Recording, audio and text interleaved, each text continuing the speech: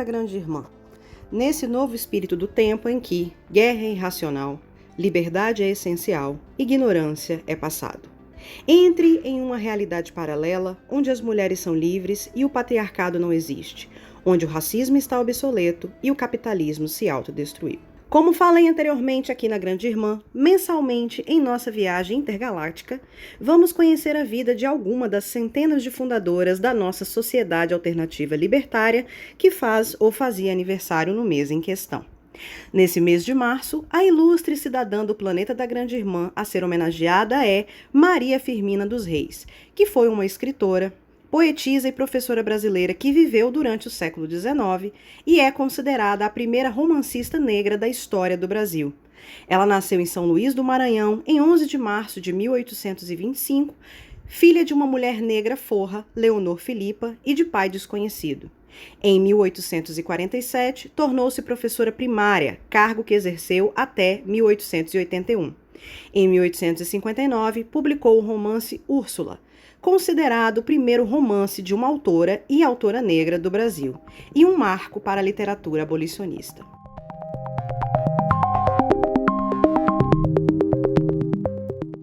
Mas antes de continuarmos falando da vida de Maria Firmina, quero fazer as mendicâncias de costume. Aviso que a Grande Irmã também está no Instagram, em @grandeirmã, que você deve seguir para mais conteúdos. O link estará na descrição deste episódio. Como todo projeto cultural, a Grande Irmã precisa de bufunfa, de fundos, de faz-me rir para funcionar. E por isso convido você que me ouve para se tornar nossa ou nosso mecenas. Caso você queira contribuir com a manutenção do crescimento da Grande Irmã, você pode ser patrone do nosso podcast na Aurelo.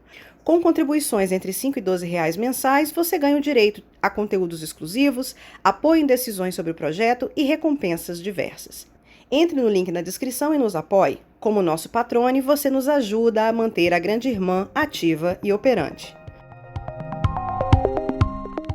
A Grande Irmã está de olho em você.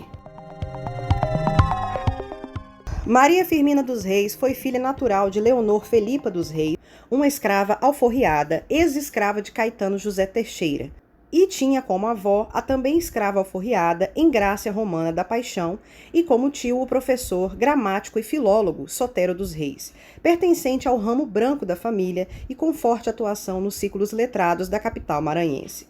Existem algumas teorias sobre quem teria sido seu pai entre historiadores. Alguns historiadores apontam para a figura de João Pedro Esteves, aparentado do ex-dono de Leonor.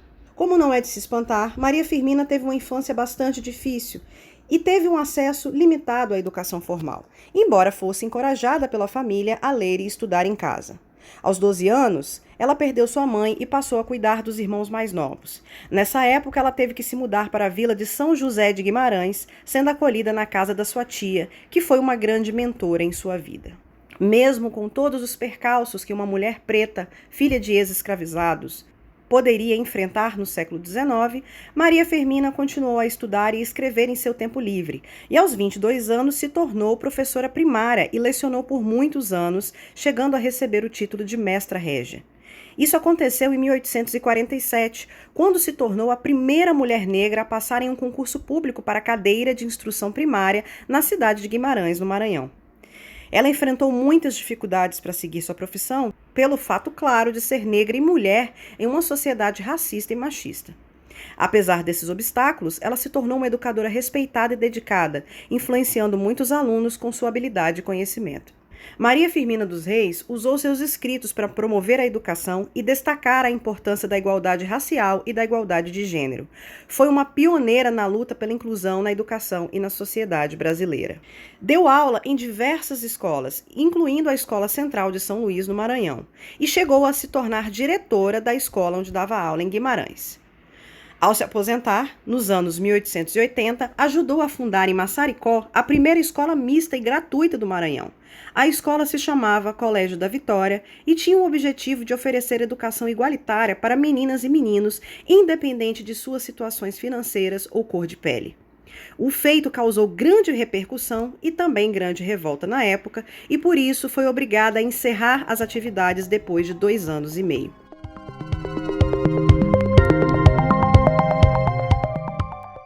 Como escritora, Maria Firmina foi prolífica em publicações na imprensa local, publicando poesia, ficção, crônicas e até enigmas e charadas. Colaborou assiduamente com vários jornais literários, tais como A Verdadeira Marmota, Semanário Maranhense, O Domingo, O País, Pacotilha, O Federalista e outros. Teve participação relevante como cidadã intelectual ao longo dos 95 anos de sua vida. Foi folclorista e compositora. A escritora escreveu 4 grandes obras de ficção. A primeira foi Úrsula, de 1859, seguramente o primeiro romance publicado por uma mulher negra em toda a América Latina e o primeiro romance abolicionista da autora em português.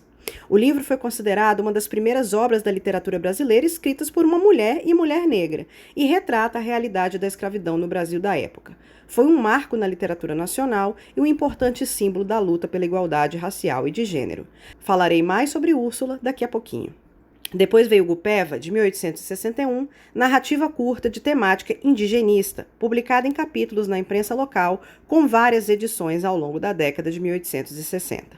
Cantos à Beira-Mar foi sua coleção de poemas, cuja primeira edição é de 1871, trazendo textos marcados por forte inquietação e por uma subjetividade feminina por vezes melancólica, diante da realidade oitocentista marcada pelos dítames do patriarcado escravocrata e também representada como problema perante a sensibilidade da autora.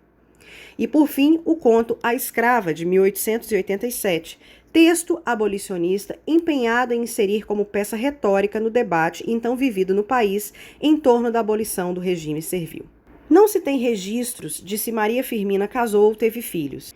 O que se sabe é que ela faleceu em 11 de novembro de 1917, pobre e cega, no município de Guimarães, no Maranhão.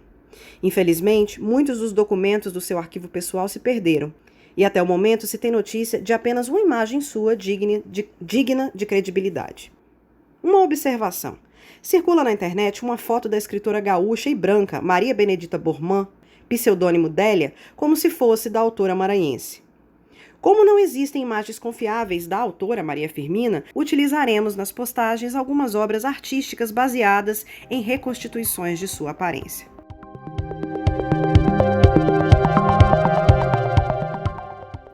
Agora vamos falar um pouco sobre a grande obra ficcional de Maria Firmina.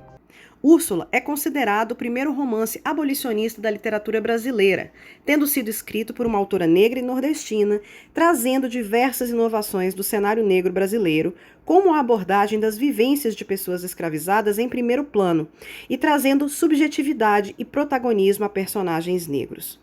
Em Úrsula, embora as protagonistas sejam brancas, a negritude ganha muito destaque e se vê pela primeira vez em longos diálogos entre pessoas negras escravizadas. Maria Firmina dá voz à subjetividade do negro cativo e insubmisso a essa situação na figura do jovem escravo Túlio e incorpora a figura da griot, entidade que transmite as histórias orais nas culturas africanas, na personagem Mãe Susana, que fala de suas vivências em uma África idílica e passiva antes da invasão portuguesa. Maria Firmina também constrói sua heroína, Úrsula, como uma mulher apaixonada e insubmissa que não pretende se curvar às vontades e à luxúria de seu tio algoz. Aliás, Maria Firmina se aproveita do tio de Úrsula para vilanizar corretamente a figura do senhor de escravos, cruel e desumano. Úrsula é um clássico subestimado e pouco explorado pela nossa cultura. E, embora incorpore muito do estilo romântico de narrativa, também está cheio de críticas sociais e políticas. Em 2021, a Grande Irmã fez uma resenha completa sobre Úrsula no canal Leia Preta Leia, e o vídeo para que vocês possam assistir estará no link da descrição do episódio. Guerra é irracional, liberdade é essencial, ignorância é passado. Você acaba de ouvir o 5º episódio da 2ª temporada de A Grande Irmã, um podcast semanal focado em ficção científica, cultura, política, feminismo e na luta antirracista, que celebra a diversidade, o poder ao povo e as mulheres que produzem literatura e cultura e que mudam o mundo todos os dias. Se quiser conhecer melhor o universo alternativo da Grande Irmã, nos siga no Instagram em @agrandeirmã.